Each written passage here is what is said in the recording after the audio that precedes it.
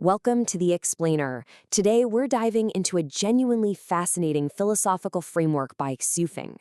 If you've ever felt completely overwhelmed by the sheer noise of daily life and wondered, how on earth do I find real, profound peace, or what this text calls celestial grace, well, you're in the exact right place. So let's just jump right in. Now, to actually achieve this magnificent state, Xufeng's text lays out a highly specific path. And the secret? It isn't about making some massive, impossible leap. Nope. It's actually about mastering exactly 64 subtle, everyday details. Think of it as micro actions that build the ultimate macro state. And this quote right here perfectly captures the entire foundation of the text. Great undertakings are rooted in subtle details. It's saying that no matter how big or magnificent your vision is, it relies entirely on the precision of the little things. Macro-level serenity, it's built 100% on micro-level precision. Get the details right, and the big picture naturally falls into place. To make all 64 of these points easier to digest, we've broken them down into 4 core pillars: cultivating the unattached mind, creating an elegant environment, refined speech and interactions, and finally, moving with graceful action. All right, starting off with our first pillar, cultivating the unattached mind, the inner sanctuary. Now, this is where it gets really interesting. Take a look at the striking stance the text takes on absolute neutrality. It explicitly states that you should not die for a nation, a religion, a political party, or even a family. The takeaway here is that to achieve true celestial grace, your mind simply cannot be fatally bound by external institutions or worldly attachments. It's a radical, profound level of inner detachment. So, it's all about understanding this fascinating duality. On one hand, your mind needs to be completely fluid. You hold on to absolutely nothing, following no rigid path, and instead, you just naturally transform along with your innate nature and karmic connections, basically the natural flow of cause and effect. But on the flip side, you have to be solidly immovable when it comes to worldly temptations. You have to remain completely untouched by money, power, fame, or self-interest. Fluid in your path, but rock solid in your principles. But hey, don't confuse serene detachment with just sitting around and being passive. Not at all.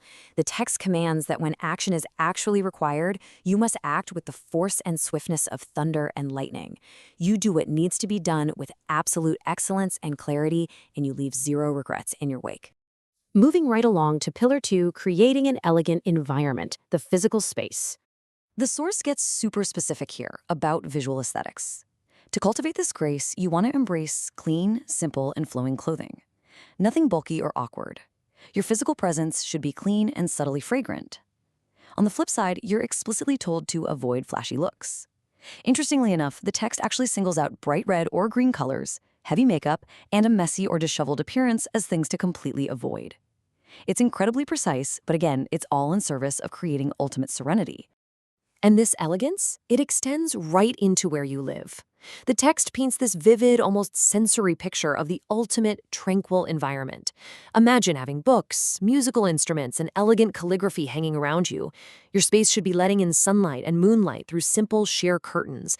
And the absolute ideal? A courtyard anchored by natural elements like plum blossoms, orchids, bamboo, chrysanthemums, and maybe the gentle sound of flowing water or a lotus pond. Doesn't that just sound incredible? Next up is Pillar 3, refined speech and interactions, the social sphere. The contrast we see here is incredibly sharp.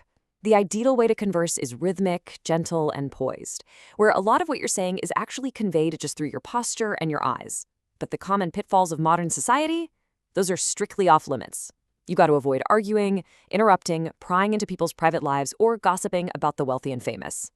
In fact, the text sets some extremely strict boundaries on what you can talk about every day, all to protect your inner equilibrium.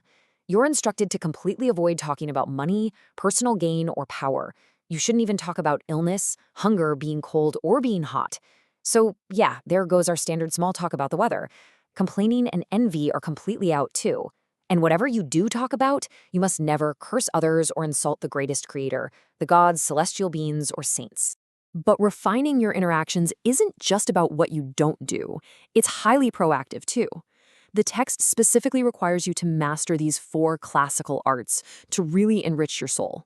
One musical instrument, one form of chess, one kind of dance or swordsmanship, and one form of calligraphy or painting. It really is a beautiful, holistic approach to refining yourself as a human being. And that brings us right to our fourth and final pillar, moving with graceful action, navigating the world. Notice the delicate balance required here. This is the absolute foundational rule of universal dignity in how you act. The text explicitly mandates that you respect beggars and vagabonds. Honestly, you just must respect everyone. You never bully or humiliate people who are weaker than you, but at the exact same time, you never flatter or bow down to the powerful. You maintain total, unwavering dignity no matter what. And when you physically move through the world, it should look like this highly poetic, yet incredibly effective three-step process. First, you begin your actions with a certain lightness, kind of like clouds and mist. Then, step 2, you execute your actions resolutely and swiftly, zero sluggishness allowed. And finally, you end with absolute clarity and precision, while always remaining flexible enough to leave room for others. You're essentially walking and commanding the room like a true celestial being. Because true freedom in action, it means having total autonomy and absolutely zero hesitation.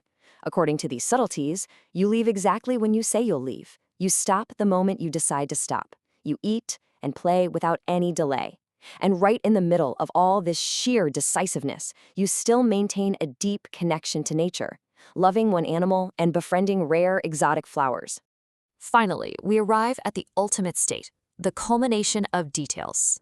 We circle right back to the number 64, because it's by meticulously mastering those previous 63 subtleties, everything from the unattached mind right down to the flowing clothes and decisive actions, that we actually unlock the final profound 64th point. And that 64th detail? It's called Hunden. As the text outlines, when you truly live out all these tiny subtleties, the grace of celestial beings and the essence of the Tao just naturally arise.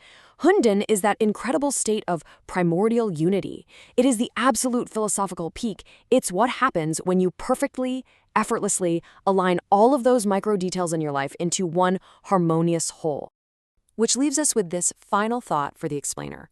The massive gap between modern chaos and true celestial grace is really just bridged by small, deliberate, everyday choices.